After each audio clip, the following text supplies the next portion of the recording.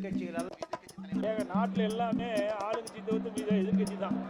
நாட்டில் எல்லாமே எதிரி கட்சியாக பார்க்காதீர்கள், எதிர்கட்சியாக பாருங்கள்.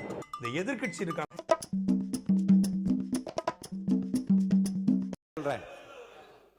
மாண்புமிகு முதலமைச்சர் அவர்கள்.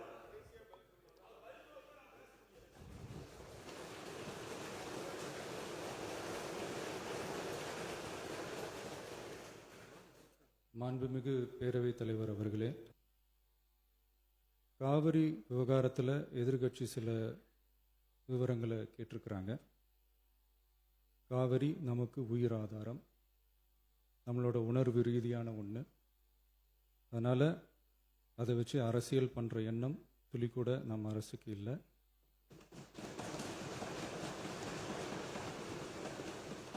அதுக்கான அவசியமும் இல்லை.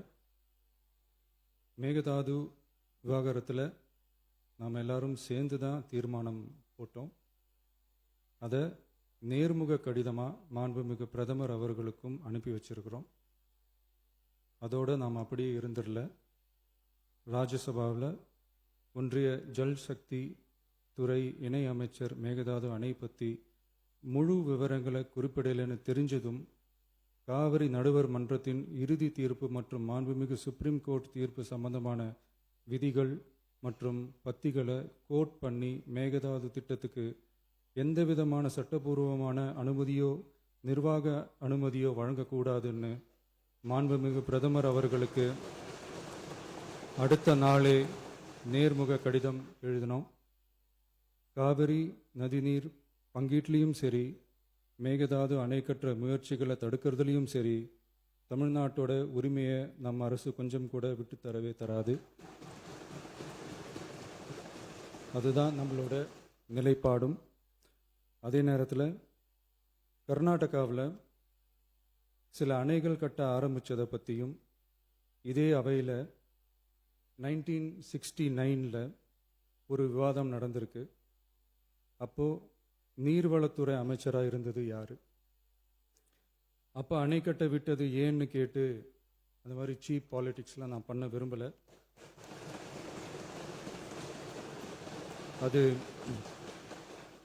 அது நம்ம நோக்கமும் இல்லை. ஏன்னா காவிரி விவகாரத்தை ரொம்ப கவனமாக கையாளணும். எந்த கட்சி ஆளுகிறது, எந்த கட்சிக்கு பெருமை, யாருக்கு பெருமைன்னெலாம் பார்க்கக்கூடாது. இது தமிழக மக்களுடைய பிரச்சனை அப்படின்னு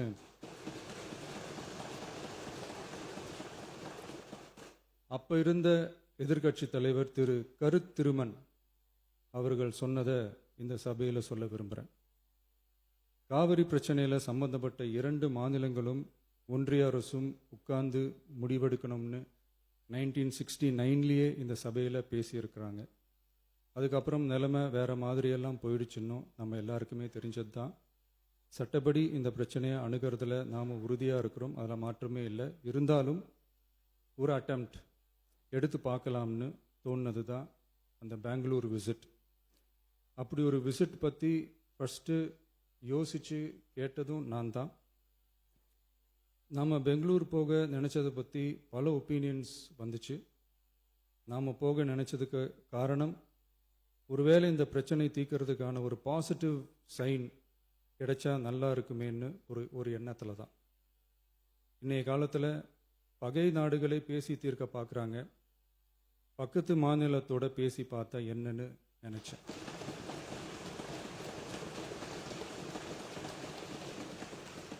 அதனால தான் அப்படி ஒரு அட்டெம்ப்ட் எடுக்க நான் ட்ரை பண்ணோம். ஒருவேளை அந்த அட்டெம்ப்டில் ஒரு அவமானம் நேர்ந்தால் என்ன செய்யன்னு சில பேர் கேட்டாங்க. அப்படி நடந்தால் தமிழ்நாட்டு மக்களுக்காக அதையும் தாங்க தயாராக தான் இருக்கேன்.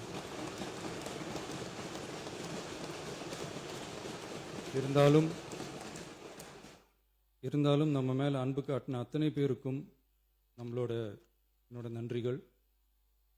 இந்த காவிரி விவகாரம் பற்றி மாண்புமிகு நீர்வளத்துறை அமைச்சர் அவர்கள் உரிய விளக்கம் அளிப்பார்.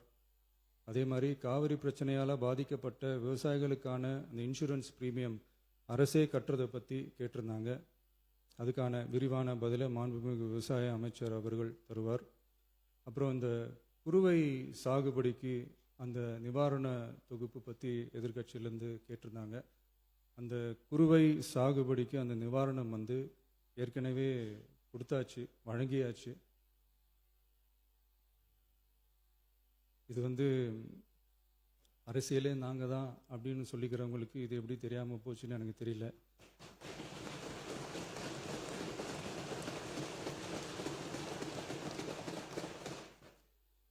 முன்ன பின்ன பேப்பர் படிச்சிருந்தா நாட்டில் என்ன நடக்குதுன்னு தெரிஞ்சிருக்கும்.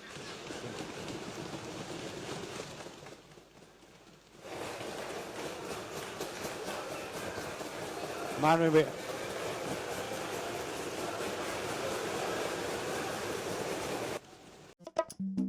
எதிர்க்கட்சிகளால் ஏங்க நாட்டில் எல்லாமே ஆளுங்கட்சி தவிர்த்து எதிர்கட்சி தான். நாட்டில் எல்லாமே எதிர்கட்சி. எதிரி கட்சியாக பார்க்காதீர்கள், எதிர்க்கட்சியாக பாருங்கள். இந்த எதிர்க்கட்சி இருக்காங்க